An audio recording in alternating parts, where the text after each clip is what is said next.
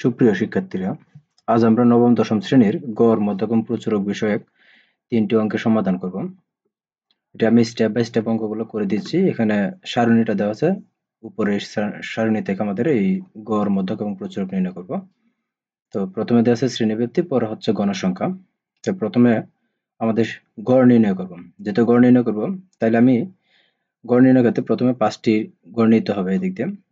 তাহলে শ্রেণীব্যক্তি, মধ্যমান, গণসংখ্যা, ধাপবিচ্যুতি, গণসংখ্যা, ধাপবিচ্যুতি অথবা এফআই ইউআই দিলেও হবে।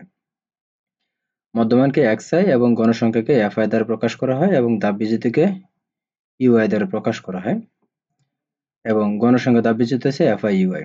তাহলে শ্রেণীব্যক্তি এখানে যা দিয়েছিল 31 থেকে 40, 41 থেকে 50, 51 থেকে 60, 61 থেকে 70 দিয়েছিল এবং গণসংখ্যাগুলো আমি সাজিয়ে লিখলাম। তা প্রথমে এখানে মধ্যমান নির্ণয় করতে হবে। মধ্যমানটা হচ্ছে এখানে 31 এবং 40 যোগ করলে হয় 71। 71 যদি আমরা 2 দ্বারা ভাগ করি তাহলে সেই ক্ষেত্রে হয় 35.5। এরপরে দেওয়া আছে আমাদের 45.5। এরপরে দেওয়া আছে আমাদের 55.5।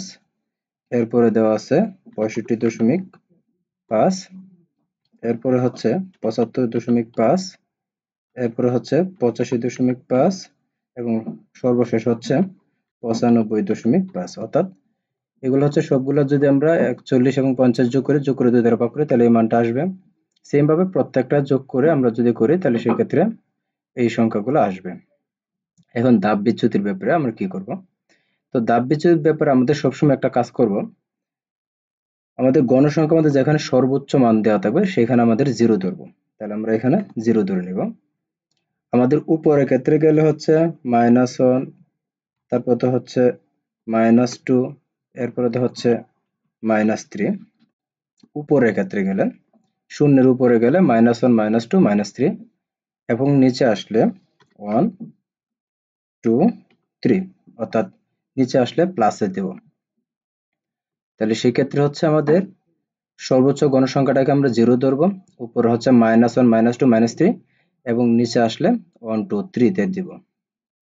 সেটা আমাদের বড় সংখ্যাটা হচ্ছে গণসংখ্যা, বড় সংখ্যাটা সেটা উপরে হইলেও আমাদের এখানে 0 ধরবো। একবার লাস্ট যদি হয় তাহলে সেই ক্ষেত্রে আমরা 0 এখানে ধরবো। পরে উপরের ক্ষেত্রে মাইনাস হবে আর নিচে আসলে প্লাস হবে।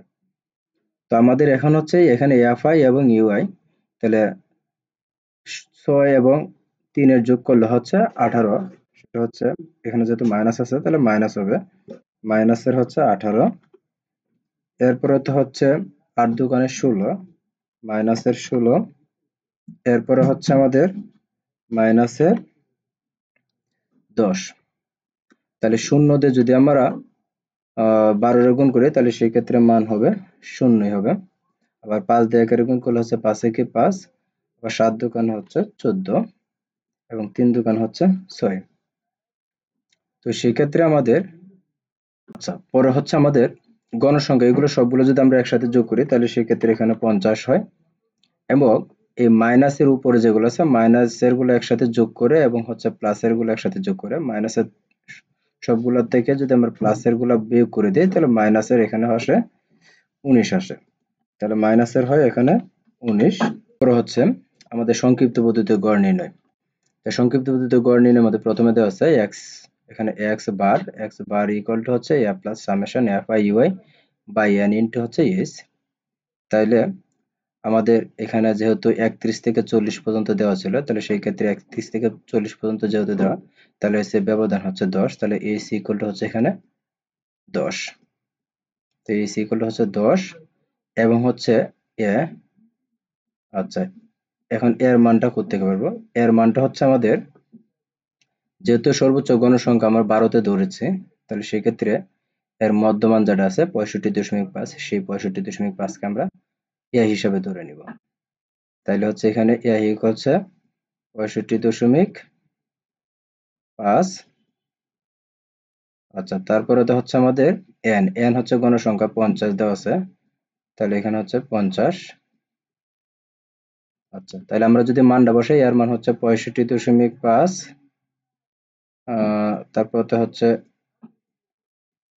যোগ সামেশন fi u এর মান হচ্ছে -19, এটা সামেশন fi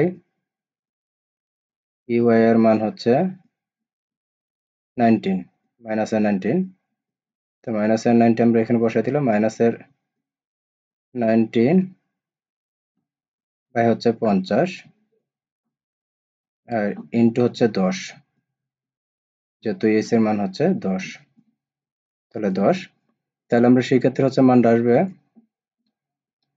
সেই ক্ষেত্রে মানটা হচ্ছে এখানে 65.5, 65.5 যোগ হচ্ছে 19 দিয়ে 10 এর গুণ করলে 190, 190 এর যদি আমরা 50 দ্বারা ভাগ করি তাহলে সেক্ষেত্রে এটা প্লাসে মাইনাসে মাইনাস হয়ে যাবে, তাহলে মাইনাস হয়ে গেলে এখানে 3.8 আসে, ভাগ করে দিলে আমাদের 190 এর যদি আমরা 50 দেবো 3.8 আসে, তাহলে 65.5 থেকে হয়, এটা মাইনাস করলে হয় আমাদের 61.7, এই 61.7 হচ্ছে আমাদের সংক্ষিপ্ত বুদ্ধিদের গড়। এরপরে দেওয়া আছে মধ্যক নির্ণয়। তো মধ্যক নির্ণয় প্রথমে দেওয়া আছে এখানে শ্রেণীভিত্তিক গণসংখ্যা এবং হচ্ছে ক্রমযোজিত গণসংখ্যা। সারণীর ক্ষেত্রে আমার মধ্যক নির্ণয় করতে গেলে আমাদের এই সারণীগুলো লাগবে। তাহলে শ্রেণীভিত্তিক গণসংখ্যা এবং হচ্ছে ক্রমযোজিত সংখ্যা। তো ক্রমযোজিত সংখ্যা এখানে যেহেতু প্রথমে 6 আছে, প্রথমে 6 আসবে, পরে 6 এবং 8 যোগ করলে হচ্ছে আমাদের 14, তাহলে এখানে হবে 14, তারপর হচ্ছে এই 14 সাথে আমাদের পরবর্তী সংখ্যা 10 যোগ করবে, তাহলে হবে 24, আবার 24 হবে, তাহলে 24 এর সাথে যদি আমরা পরবর্তী 12 সংখ্যা যোগ করি তাহলে হচ্ছে 36, এরপরে যদি আমরা 5 যোগ করি তাহলে সেক্ষেত্রে হবে 41 এবং 7 যোগ করলে হবে 48 এবং পরবর্তী সংখ্যাটা হচ্ছে লাস্টে 50। এ হচ্ছে আমাদের মধ্যক নির্ণয়ের সারণী। এখন সারণীর দেখে আমার সূত্রের মাধ্যমে এটা প্রমাণ করতে হবে। তাহলে আমরা জানি মধ্যকের সূত্র রয়েছে l plus n/2 minus fc into h by fm। তাহলে আমরা যদি এই মানটা হয় তাহলে সেক্ষেত্রে হচ্ছে এখানে দেওয়া আছে l এর মান হচ্ছে এখানে সর্বোচ্চ গণসংখ্যা যেটা দেওয়া আছে, এই সর্বোচ্চ গণসংখ্যা শ্রেণীভিত্তির নিম্নমান, তাহলে শ্রেণীভিত্তির নিম্নমান হচ্ছে l এর মান, তাই l ইকুয়াল টু হচ্ছে আমাদের 61, যেহেতু এখানে 61 দেওয়া আছে, তাহলে এখানে হচ্ছে 61, তারপর তো হচ্ছে n এর মান যেহেতু এখানে 50 পাচ্ছে আমরা টোটাল, তাহলে এখানে 50 বাই হচ্ছে 2, তাহলে সেই ক্ষেত্রে হচ্ছে n/2 এর মান হচ্ছে n/2 সমান সমান হচ্ছে 50 বাই হচ্ছে 2, তাহলে 50 বাই 2 সমান সমান হচ্ছে 25, তাহলে এটা হচ্ছে আমাদের 25।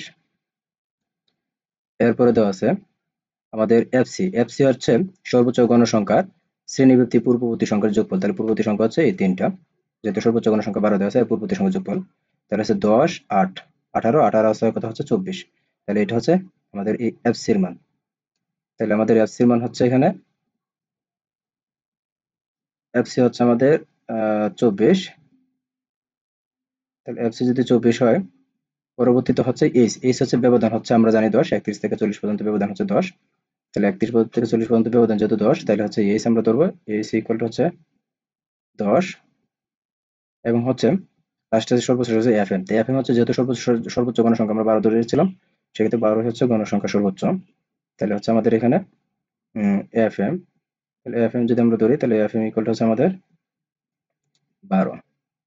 এখন শুধু আমরা মান বসাই দেবো, তাহলে সেক্ষেত্রে আমরা যদি মানটা এখানে বসাই তাহলে হচ্ছে এল হচ্ছে 61 প্লাস, তাহলে 61 প্লাস হচ্ছে আমাদের এখানে 25 মাইনাস হচ্ছে 24, তাহলে 24 গুণ হচ্ছে এখানে 10 বাই হচ্ছে আমাদের 12, তাহলে সেই ক্ষেত্রে হচ্ছে আমাদের এখানে যদি 61 প্লাস করি তাহলে 25 থেকে 24 চলে গেলে 1 দিয়ে 10 গুণ করলে হচ্ছে 10, 10 দিয়ে 12 ভাগ করলে হচ্ছে 0.83 হয়, তাহলে 0.83, তাহলে যোগ হচ্ছে আমাদের 61.83, এটাই হচ্ছে আমাদের মধ্যক।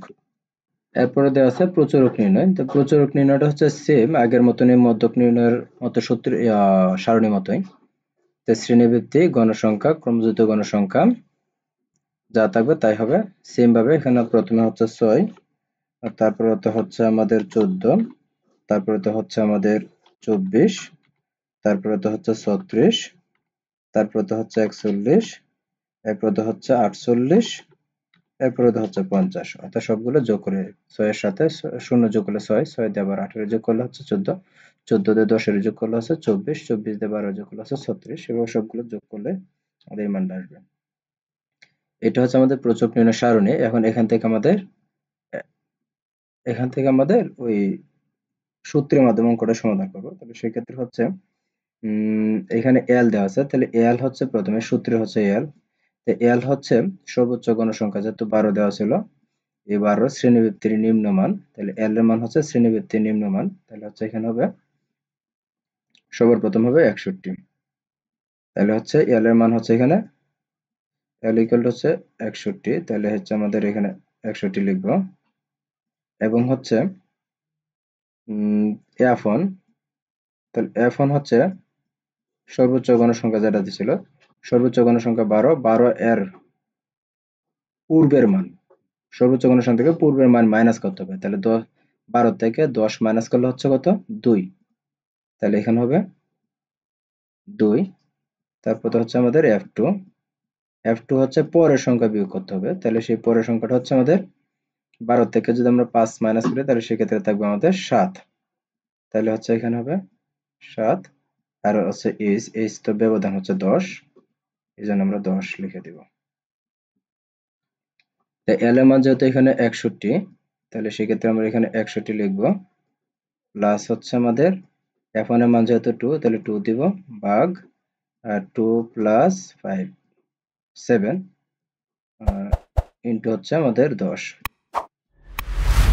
তাহলে সেক্ষেত্রে হচ্ছে প্রচুরক হচ্ছে 61 প্লাস 10 দুগুণ হচ্ছে 20, 20 এর ভাগ করব, 7 আর 2 হচ্ছে 9, তাহলে হচ্ছে 61 প্লাস আমাদের 20 এর যদি 9 দ্বারা ভাগ করি, তাহলে সেক্ষেত্রে হচ্ছে 2.86, তাহলে আমরা টোটালটা যদি যোগ করি, তাহলে হচ্ছে 63.86 হয় উত্তর, 63.86। এই হচ্ছে আমাদের প্রচুরক নির্ণয় সমাধান।